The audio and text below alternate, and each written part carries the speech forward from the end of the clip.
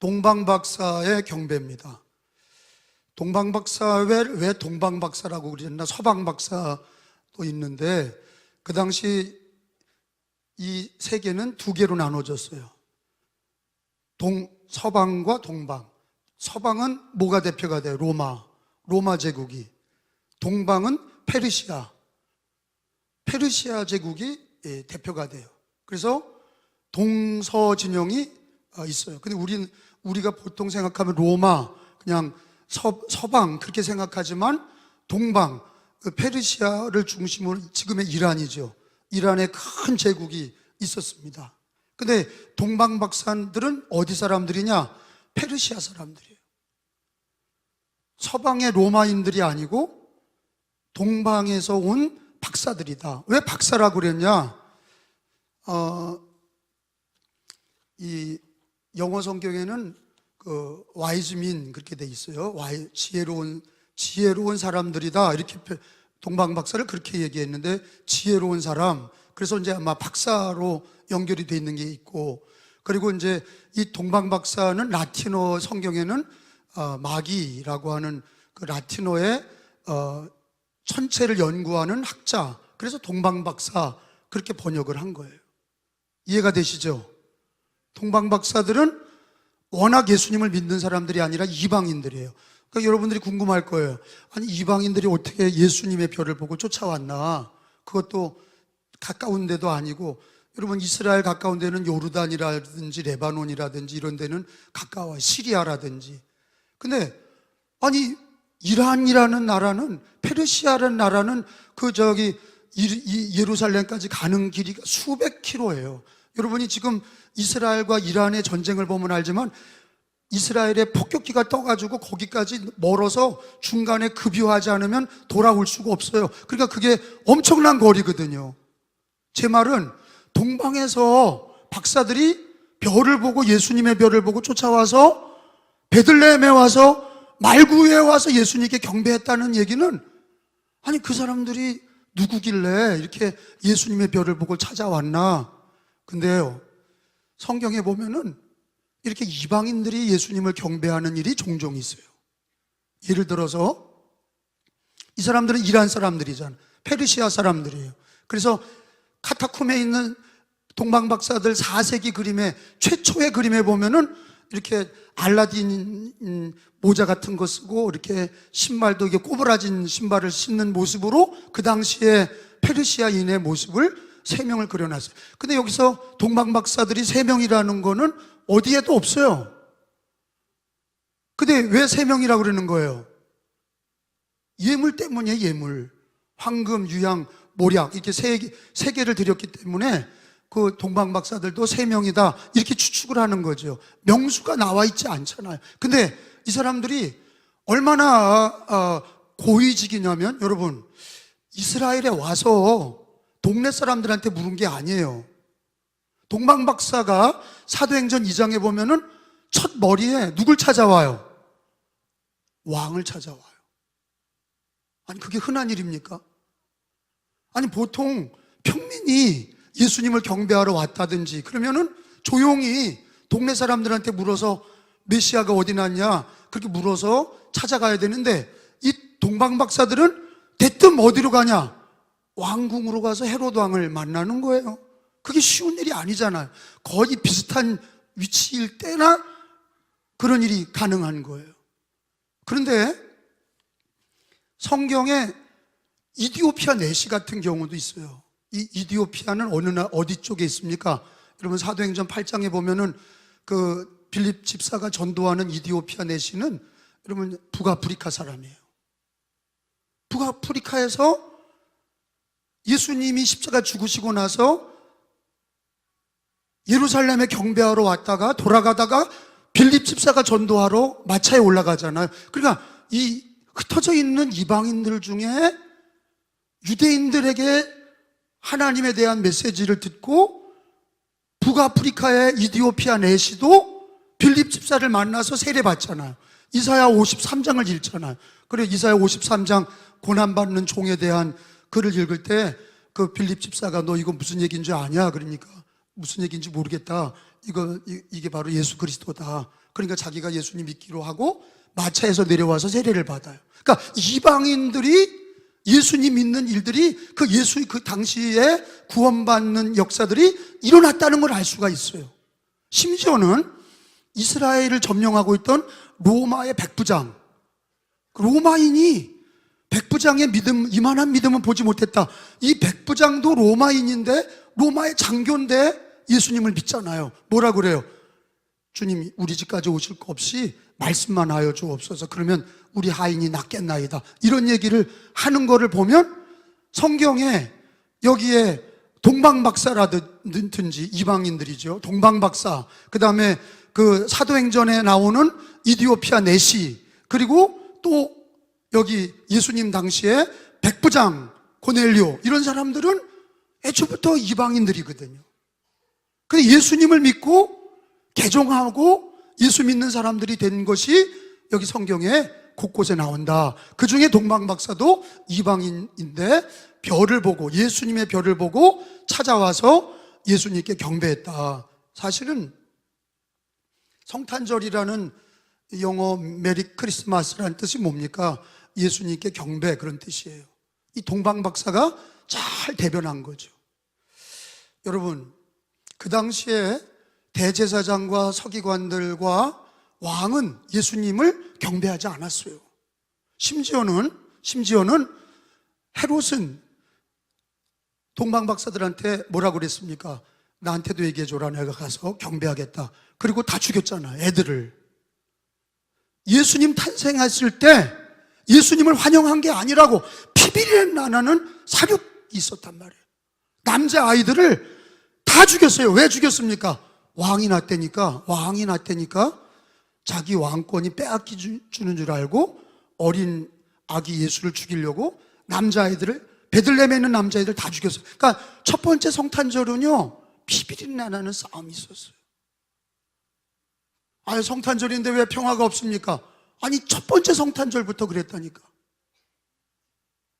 예수님을 죽이려고 헤롯 왕이 어린아이들 다 죽여서 그냥 시체가 널브러지고 애기 잃은 남자 아이들을 잃은 엄마들의 통곡 소리가, 그 베들레헴의 울부짖는 소리가 하늘에 사무쳤어요. 그리고 오늘 성경에 보면은 동방박사들이 천사의 지시를 받고 다른 길로 가고, 그리고 예수님과 모친 마리아 부친 요셉은 애굽으로 내빼잖아요. 도망갔어요. 그리고 헤롯은 예수님을 못 잡아 죽였어요. 그리고 헤롯이 죽을 때까지 예수님은 어디 있었냐? 애굽, 이집트에 계셨던 거예요. 그리고 나사렛으로 오셔서 나사렛 예수가 되신 거예요. 원래는 베들레헴이죠. 베들레헴에서 나사렛으로 바로 간 게 아니라 도망가셨다가 피신하셨다 헤롯 왕이 죽고 나서 다시 나사렛으로 오시게 된 것입니다. 그래서 그 왕 이름도 헤롯인데 대왕 헤롯이라고 그러죠. 그 아들도 헤롯이죠. 헤롯이 이름이 이렇게 물려받는 이름이니까 그 물려받는 이름 중에 헤롯이 있습니다. 성탄절은 뭡니까? 성탄절은 예수 그리스도께서 이 땅에 오신 사건인데, 예수님은 누구십니까? 제가 한번 묻는 거예요. 여러분, 예수님이 누구세요? 주는 그리스도시요 살아계신 하나님의 아들이십니다. 사실은 집에 병이 있고 나라에 환란이 있고 자기들의 삶 속에 여러 가지 경제적인 어려움이 있어도, 질병의 환란이 있어도 여러분, 예수 그리스도를 바라보시기 바랍니다. 예수 이름을 부르시기 바랍니다. 우리들의 해답은 예수 그리스도예요. 그 예수 그리스도의 이름을 부르고 예수님을 바라볼 때 우리가 회복이 되고 우리가 치료가 되고 은혜를 받게 되고 구원의 역사가 일어나는 거죠. 여러분, 성탄절은 동방박사들이 예수님을 예배하러 오기 전에 예수님이 오신 사건이에요. 인카네이션. 예수님이 오신 사건이에요. 하나님이 오신 거예요. 우리를 구원하시려고, 자기 백성들을 죄에서 구원하시려고 하나님이 오신 사건이, 동방박사가 와서 예배드리고 우리들이 예배드리고 이거 하기 전에 하나님이 오신 사건이 성탄절이에요. 한번 따라서 합시다. 예수 그리스도가 오셨다. 빌립보서 2장에 보면은 성경을 좀 몇 개 찾겠습니다. 예수님이 누구신가? 우리가 이 혼란할 때 예수님께 집중하면 좋겠어요. 정치적이지 않고 경제적이지 않고 인간의 생사 화복을 주관하시는 분 예수 그리스도가 어떤 분인가? 빌립보서 2장 6절에서 8절까지의 말씀입니다. 찾은 줄 알고 2장 6절의 말씀을 같이 읽겠습니다. 시작. 그는 근본 하나님의 본체시나 하나님과 동등됨을 취할 것으로 여기지 아니하시고 오히려 자기를 비워 종의 형체를 가지사 사람들과 같이 되셨고 사람의 모양으로 나타나사 자기를 낮추시고 죽기까지 복종하셨으니 곧 십자가에 죽으심이라. 믿으시면 아멘. 예수님은 누구세요? 하나님이세요. 하나님의 아들 하나님이세요.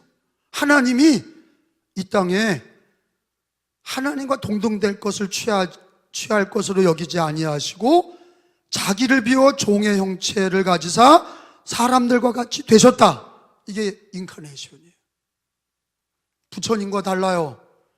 공자님과 달라요. 예수님은 알라신과 달라요. 잡신과 달라요. 예수님은 하나님이십니다. 창조주 하나님이세요. 구원의 하나님이세요. 심판의 하나님이세요. 그 하나님이 이 땅에 우리를 죄에서 구원하시려고 오신 거예요. 종교는 두 가지예요. 사람이 찾아 올라가는 종교가 있고 하나님이 찾아오신 종교가 있어요.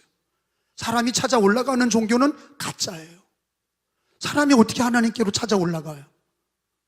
자기가 해탈한다든지 자기가 수도하고 노력해서 공부 많이 해서 성인군이 된다든지 그 다음에 무슨 훌륭한 인물이 된다든지 사람이 하나님처럼 올라갈 수 있냐? 없어요.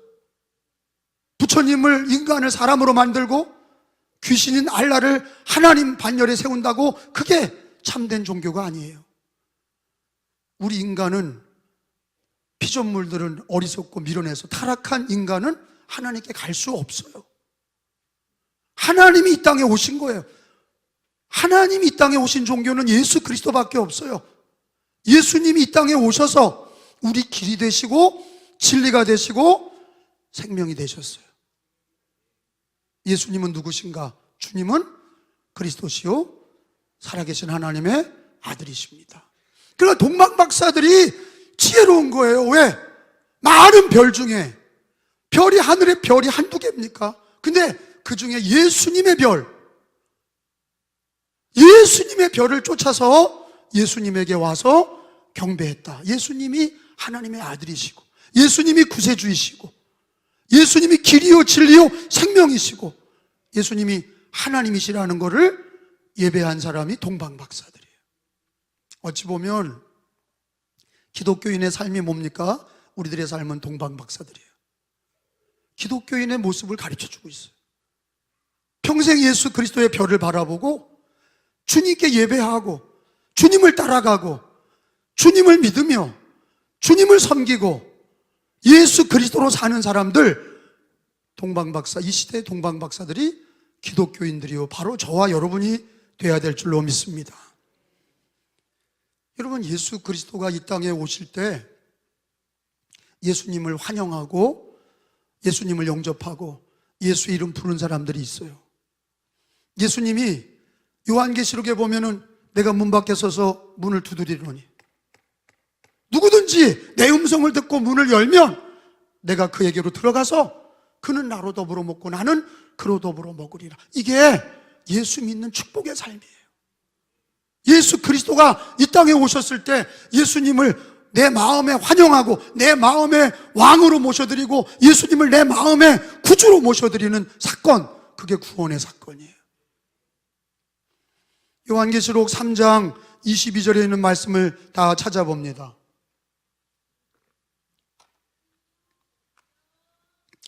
요한계시록 3장 20절 다 같이 읽습니다. 볼지어다, 시작. 볼지어다, 내가 문 밖에 서서 두드리노니 누구든지 내 음성을 듣고 문을 열면 내가 그에게로 들어가 그로 더불어 먹고 그는 나로 더불어 먹으리라. 아멘. 참 구원의 역사는 예수님에게 문을 여는 거예요. 우리 마음에 얼마나 많은 것들이 노크랍니까? 마귀도 노크하고 세상에 수많은 악한 것들이 우리 마음에 노크예요. 문을 열어라.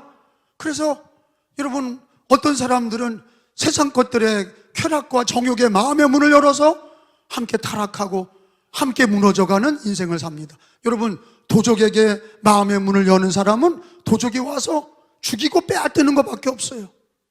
예수님에게 마음의 문을 여는 사람은 생명을 주시고 더 풍성히 하시는 줄로 믿습니다. 예수님에게 마음의 문을 열어야 돼. 이 땅에 오신 예수님, 나를 구원하신 예수님, 그 예수님께 우리 마음의 문을 열고 환영하고 영접하고 기뻐해야 되는 줄로 믿습니다. 그런데 우리나라 선교 140주년이 됩니다. 140주년이 되면서 저는 우리나라 초창기에 복음이 전파될 때 얼마나 어려웠습니까? 지금 이렇게 예수 믿는 거가 지금은 얼마나 편안하고 행복합니까? 그런데 140년 전에는 이게 어려웠어요. 왜? 구한말에는 쇄국 정책을 썼어요. 기독교가 들어오는 걸 용납하지 않았어요. 그래서 여러분 알다시피 미국 상선 제너럴 셔먼호를 타고 토마스 선교사가 대동강변에 선교하러 그 배를 타고 들어왔을 때 거기 있던 평양에 주둔하고 있던 군인들이, 조선군들이 거기다가 막 그냥 불화살을 쏴가지고 거기에 토마스 선교사가 뛰어내려서 목베임을 참수를 당했어요. 그리고 죽으면서도 성경책을 주고 성경책을 주고서 죽었어요. 그 이후에 아펜셀라 언더우드 선교사가 오고 수많은 선교사들이 이 땅에 와서 예수 복음을 전하고 교회를 짓고 학교를 짓고 병원을 짓고 고아원을 짓고, 여러분 예수님을 환영한 사람들이 누구였습니까? 우리나라 초창기에 양반들이 예수님 믿지 않았어요. 여자들이, 조선시대 때 여자들이 여러 가지로 피해를 많이 받고 어린이들이 인정 못 받고 쌍놈들이 인정 못 받고, 인정 못 받았던 사람들이 교회로 나와서, 왜? 교회는 잘 환영했어. 그 사람들 잘 맞이했어. 예수님이 죄인들을 부르러 오셨다. 유교는 뭐예요? 양반들만 잘났다고 그러는 세상, 양반들만 인정하고 쌍놈들은 개돼지 취급했던 세상. 근데 예수님이 오셔서 어린아이가 오는 걸 금하지 말라고 그러고, 남자나 여자나 다, 노인이나, 예수님께서는 양반이나 쌍놈이나 예수 그리스도 안에서 하나다. 예수 믿고 구원받는 성도들은 한 자녀가 되고 한 가정이 된다, 한 식구가 된다. 이런 놀라운 얘기 듣고 교회로 몰려들었어요. 예수님을 환영했어요. 초창기에는 유교를 지내는 가정, 불교를 다니는 가정, 무속신앙을 믿는 가정들이 얼마나 교회 다닌다고 박혀있는지 몰라. 그런데 그걸 다 극복하고 예수님을 환영하고 예배로 예수님을 기뻐하고 예수 이름으로 기도하고 고난 중에도 예수 믿고, 이만큼 하나님께서 이 대한민국을 축복하셔서 OECD 7위 국가까지 5,000년 역사 동안 하나님이 이만큼 복을 주신 적이 없는 줄로 믿습니다.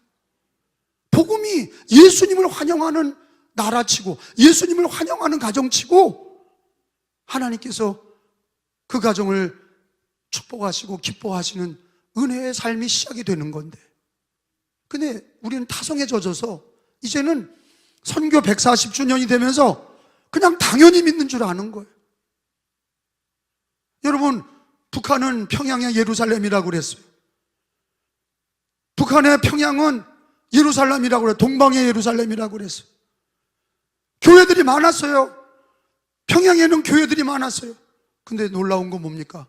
김일성이를 받아들이고 공산주의를 받아들이면서, 그런데 기독교인이 다 숙청당하고 교회가 다 없어지면서, 아니 공산주의 사상이 좋다고 환영을 하고 지식인들이나 글깨나 읽었던 사람들은 다 김일성이가 원하는 지상 낙원을 원하며 북한으로 다 넘어갔어. 어떻게 됐습니까? 북한이. 그게 그 공산주의 사상이 받아들였던 북한은 우리나라하고 지금 100년을 지나오면서 너무도 비참한 나라가 됐어요. 너무도 짓밟히는 나라, 완전히 인민이 다 거지인 나라가 됐어요.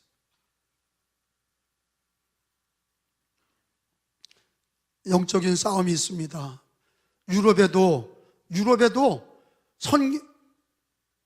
정말로 종교개혁이 일어난 민족, 종교개혁이 일어난 독일이나 그리고 3,000명이 모이는 예배당이 있었던 그런 정말로 예수님을 환영하고 기뻐하며 종교개혁을 일으키고 뜨겁게 주님을 믿었을 때 유럽은 복을 받았어요. 많은 사람들에게 복음을 증거했어요. 근데 유럽이 지금 어떻게 됐습니까? 이슬람을 받아들이고 그리고 예수 그리스도를 환영하지 않고 예배 시간에 오는 사람들이 대충 한 50명밖에 되지 않고 3,000명 모이는 교회에 50명 모이는 교회가 됐어요.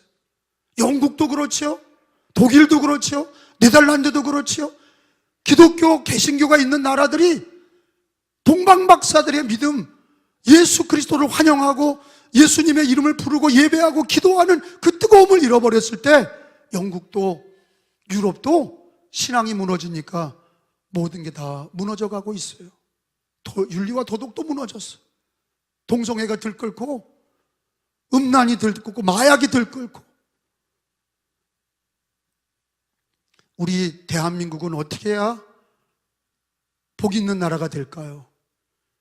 예수 그리스도로 예수님을 환영하고 예수 그리스도로 소망을 두고.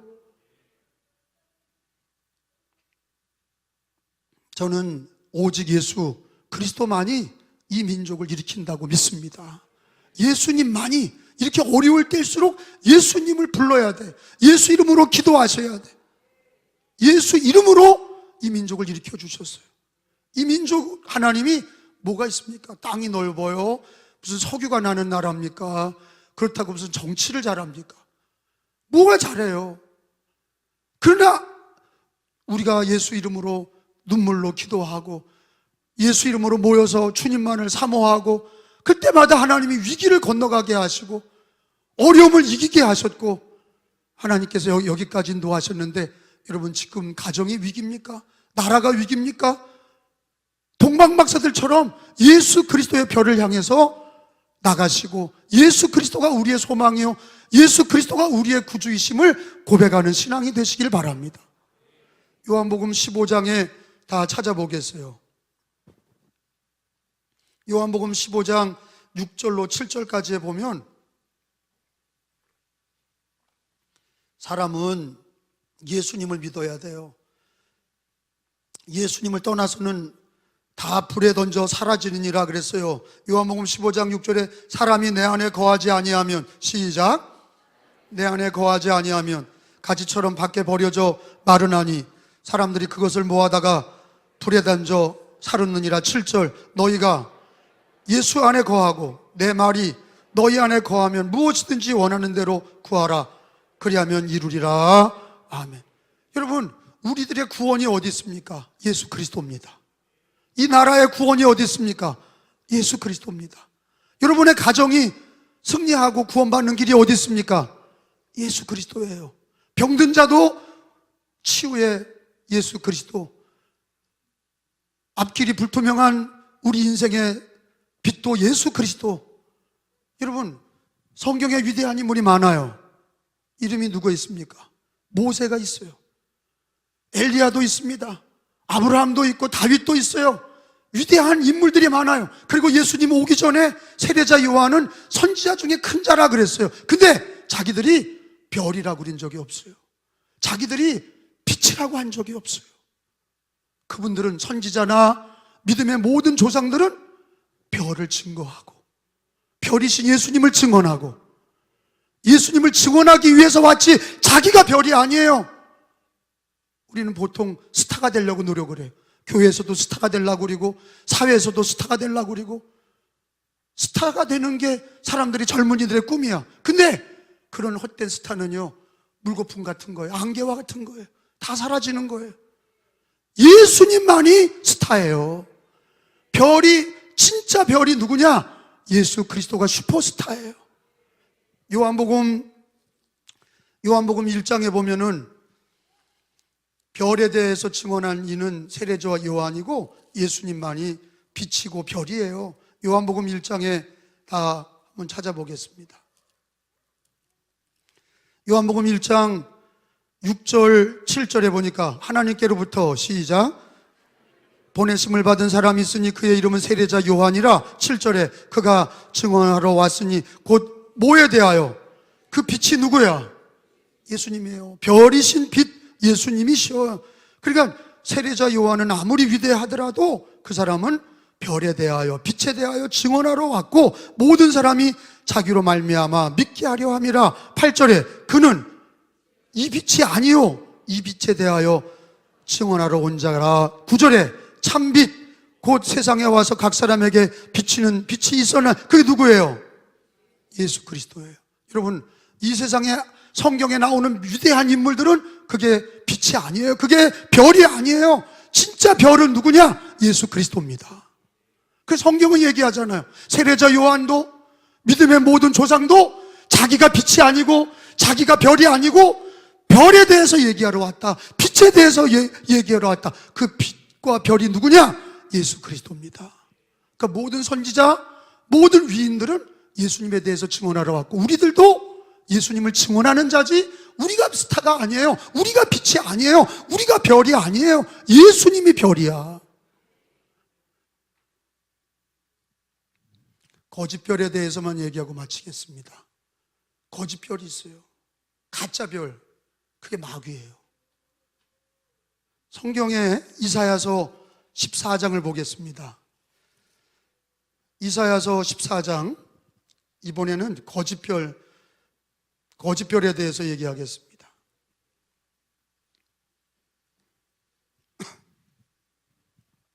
이사야서 14장 12절에 자, 이것은 여기 나오는 계명성이라고 하는 거는 이제 금성이잖아요.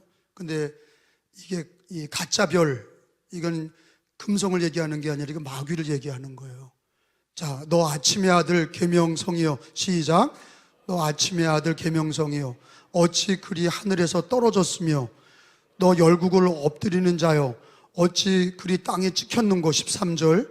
내가 내 마음에 이르기를 내가 하늘에 올라 하나님의 무별 위에 나의 보좌를 높이리라. 내가 북극 지폐 산 위에 좌정하리라. 이게 마귀가 자기가 별 계명성처럼 밝은 빛으로 제일 높아지려고, 하나님과 겨루어서 제일 높아지려고 그랬다는 게 여기 나와. 14절에 이 계명성이 마귀다 하는 거예요. 14절 15절 가장 높은 구름 위에 올라. 시작. 높은 구름 위에 올라 지극히 높은 자와 비길이라 하도다. 15절 그러나 이제 내가 음부 곧 구덩이 맨 밑에 빠치우리라. 아멘.